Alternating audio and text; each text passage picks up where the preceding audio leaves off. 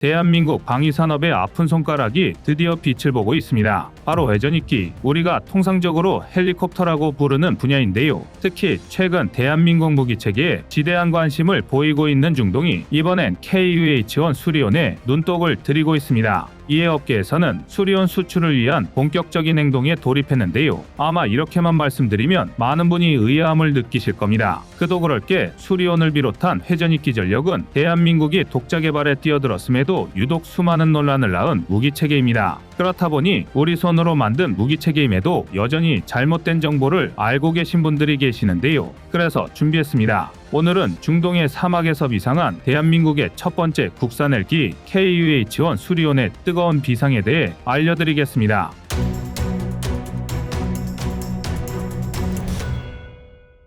말도 많고 탈도 많았던 대한민국의 첫 번째 국산 헬기 KUH-1 수리온이 수많은 노력 끝에 드디어 본궤도에 진입하고 있습니다. 최근 대한민국 무기체계에 지대한 관심을 보이는 중동의 유력국들이 수리온 도입을 진지하게 검토 중입니다. 일례로 최근 열린 아랍에미리트 두바이 에어쇼에서 대한민국의 항공우주 산업카이는 중동 맞춤형 수출 모델인 수리온 KUH-001 모델을 세계 최초로 공개하기도 했는데요. UAE는 중동 방산 수출의 허브 역할을 담당하고 있기 때문에 카이는 UAE를 중동 시장의 메카로 삼고 향후 방산 수출을 늘려나간다는 계획입니다. 심지어 이를 위해 대한민국 헬기 개발 역사상 최초로 해외에서 수리온 시범 비행까지 선보이며 중동 시장을 정조준하고 있습니다. 그리고 이런 정성이 통했는지 이번 두바이 에어쇼 기간 대한민국의 부스에는 아주 특별한 사람이 방문했습니다. 바로 두바이의 왕세자인 셰이크 만수르입니다. 이제는 우리 국민분들에게도 익숙한 셰이크 만수르, 정식 명칭 만수르 빈 자이드 알라얀은 UAE의 현재 대통령인 무함마드 빈 자이드 알라얀의 동생이자 부통령인 인물입니다. UAE는 여전히 알라얀 왕조가 통치하기 때문에 UAE뿐만 아니라 중동 전역에서 그의 영향력은 정말 어마어마한데요. 그런 만수르 부통령은 수리온 기본 수출형인 KUH-1이 모델에 지대한 관심을 보였습니다. 아닌 게 아니라 UAE는 2023년 말 계약 체결을 목표로 헬기를 찾는 중입니다.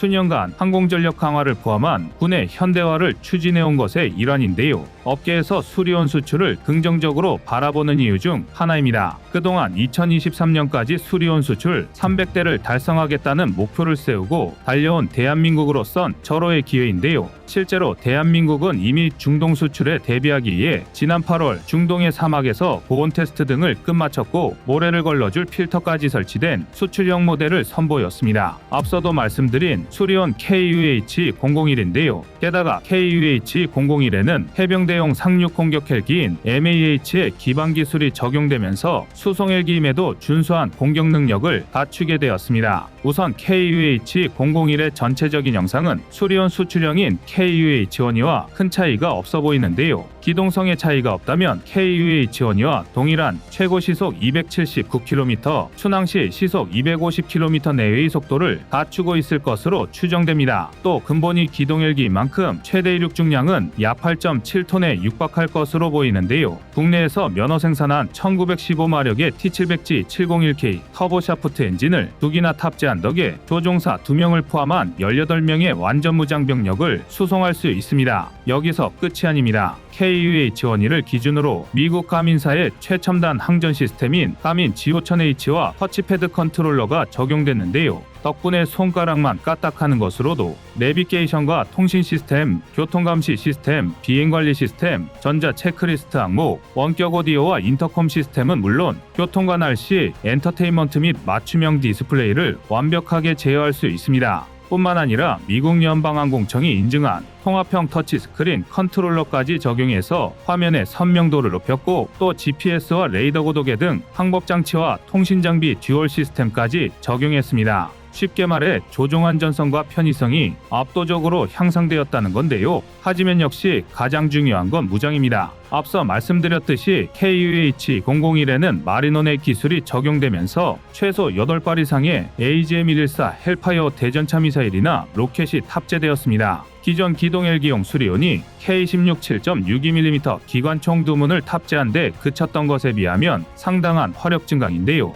이외에도 기상 레이더를 탑재함으로써 기동뿐만 아니라 아닌 공격 임무에서도 대응할 수 있게 되었습니다. 또 일부 전문가들은 중동의 요구에 따라 기본 무장인 기관총을 제외하는 대신 전면부에 특수 레이더를 탑재하고 추가로 20mm 구경의 건포드를 탑재하는 방식이나 UAE가 자체 개발한 대전차 미사일이나 유도로켓 또는 MBDA의 미스트랄 0대공 미사일 탑재도 가능할 것으로 분석하고 있습니다. 미국의 군사적 영향력에서 벗어나려 하는 UAE를 비롯한 중동의 상황을 고려했을 때 대한민국이 수출국의 니즈에 맞춰 수리온의 확장성을 다양하게 염두에 두었을 것이라 평가하는 것입니다. 실제로 KUH-2001 모델은 중동의 사막이라는 환경적 특수성을 고려해 신형 에어필터를 설치, 모래와 먼지의 유입을 막아 원활한 기동을 보장하고 있습니다. 제작사인 카이가 본격적인 수출 전략을 펼치기 시작한 건데요. 이는 대한민국의 헬기 개발 역량이 독자적인 생산과 목적에 따른 다목적 개량이 가능할 정도로 완숙해졌다는 뜻이기도 합니다.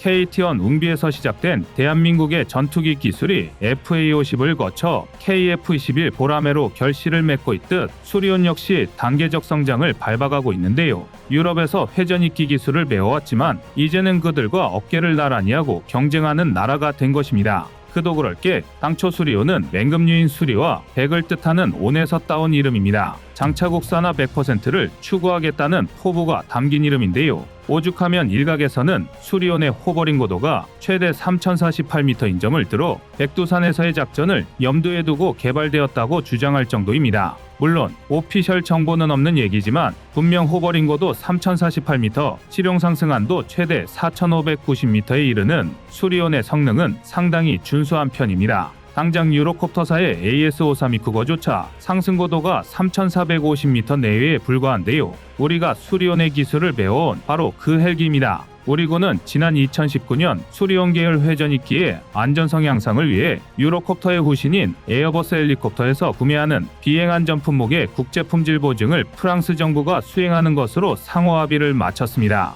이는 에어버스가 납품하는 부품에서 사고나 문제가 발생하면 프랑스 정부가 그 책임을 지도록 하는 내용이라서 수리온은 더욱 안정적인 형태를 갖추게 됐는데요. 물론 수리온 개발에 늘 순풍만 불었던 건 아닙니다. 사실 수리온의 개발 과정은 불안정의 연속이었습니다. 개발 초기에는 원본이 되는 AS-5329가 유럽에서 점차 인기를 잃어가는 중이라서 국내에서는 오히려 역풍이 불었습니다. 심지어 쿠거는 기동 헬기계의 전설적인 기종인 UH-60 블랙호크보다 탑재 능력과 채공 시간이 우월한 기종이었지만 우리 군에서 양산단가 등의 이유로 동체 크기를 줄이면서 다운그레이드 논란에 휩싸였습니다. 심지어 이런 상황에서 엎친 데 덮친 격으로 쿠거의 개량형이 유럽에서 메인 기어박스 결함으로 추락하는 사고까지 발생하면서 논란은 더욱 거세졌습니다. 특히 양력을 발생하는 중요 부품인 로터블레이드 개발 과정이 눈물겨운데요. 원래 로터블레이드는 헬기의 핵심 부품이기 때문에 기술 이전이나 기술 공개 등이 거의 없다고 봐도 무방할 정도입니다. 그런데도 우리 기술진은 개발 초기인 2007년 당시 프랑스의 유로콥터 담당자와의 열띠나비 끝에 관련 기술이 담긴 CD 한 장을 구할 수 있었는데요. 비행기만 타고 프랑스에서 대한민국으로 귀환하면 개발에 급진전을 볼 수 있는 상황이었습니다. 하지만 이 CD는 출국 직전 유로콥터 보안팀과 프랑스 정부의 변심으로 결국 다시 빼앗겨 버렸는데요. 하지만 이런 상황이 오히려 전화위복이 됐습니다. 우리 개발팀은 블레이드를 자체 개발하기 위한 몰드와 오토클레이브부터 일일이 손으로 만들어가며 본격 개발에 들어갔고 개발 환경이 워낙 열악한 탓에 사무실의 난로와 헤어드라이어까지 동원해 국산 복합제 블레이드 개발에 총력을 다했습니다. 그야말로 맨땅 헤딩이나 다름없는 상황이었는데요. 하지만 카이가 위치한 경남 사천의 터미널 앞 노점에서 붕어빵조차 단판물이 흘러나오지 않는 완벽한 붕어빵을 만드는데 3개월이 걸린다는 말을 듣고 절치부심하여 로빙 자동화 장비와 히터몰드를 개발하고 블레이드 제작 관련 노하우를 습득할 수 있었습니다. 이 수많은 실패로 쌓아올린 기술이 지금 대한민국 수리온 수출의 기틀이 되고 있는 건데요. 이처럼 우리 수리온의 개발 과정은 정말 어려웠습니다. 특히 국제무대에서도 번번이 고배를 마시면서 K방산의 아픈 손가락이 되기도 했는데요. 일례로 지난 2019년 필리핀을 상대로 수출 수출이 무산됐던 사례는 지금도 뼈아픈 기억으로 남아 있습니다. 당시 필리핀은 두테르테 대통령이 대한민국을 방문해 수리온을 살펴보고 가는 등 수리온 도입에 적극적인 행보를 취했습니다. 그런데 뜬금없이 해당 사업에 미국이 끼어들면서 UH-60 블랙호크를 땡처리로 제시했고 이름값에 밀린 대한민국은 결국 보배를 마셔야 했습니다. 국내 일각에서 기동헬기 개발을 반대했던 이유도 이미 UH-60이라는 걸출한 물건이 있는데 수리온이 수출 시장에서 경쟁력을 확보할 수 있겠냐는 것이었습니다. 속편하게 수입을 선택하자는 것이었는데요. 그러나 위대한 첫발을 내딛지 못하면 아무것도 할 수 없습니다. 수많은 우여곡절 끝에 수리온이 회전익기 자체 개발에 물꼬를 트면서 소형 무장헬기 이른바 LAH 개발도 성공할 수 있었습니다. 향후 LAH는 육군에 노후된 500MD와 AH-1S를 대체할 예정인데 예상 납품 수량은 170여 대로 알려져 있습니다. 무장은 마찬가지로 국내에서 개발한 3열 20mm 게틀링건 1기와 70mm 로켓 7연장 발사기 좌우 1기, 청검 공대지 미사일 좌우각 도발, 캐니스터 발사용 드론 좌우각 2기가 탑재되었습니다. 수리온이 없었다면 불가능했을 기종인데요. 뿐만 아니라 수리온 수출에서 가능성을 본 카이는 총 1000대 이상의 LAH 수출을 목표로 삼고 있습니다. 그 시작은 역시 중동이 될 텐데요. 카이는 중동에서 본격적인 수출 전략을 펼치기 시작했습니다. 지난달에는 사우디아라비아의 수도 리야드에서 사우디아라비아 우주청과 우주 분야 상호 협력 관계 구축을 위한 업무 협약을 체결하기도 했습니다. 특히 카이와 사우디 우주청은 우주시장 개척을 위한 기술 개발과 운영, 공동사업화, 그리고 신규 스타트업 투자까지 협력할 예정인데요. 향후 실무협의체를 구성해서 더욱 구체적인 협력에 들어가기로 했습니다. 또 가장 서두에서 말한 UAE와는 아직 수출 규모만 공개되지 않았을 뿐 이미 수리온 도입을 위한 최종 협상을 진행 중입니다. 디펜스 뉴스 등 외신에 따르면 UAE는 각종 테스트를 진행한 뒤 2023년 연말까지 구매를 결정할 것으로 보이는데요. 부디 얼마 남지 않은 연말 대한민국에 좋은 소식이 들려오길 바라겠습니다. 이상 꺼리튜브였습니다.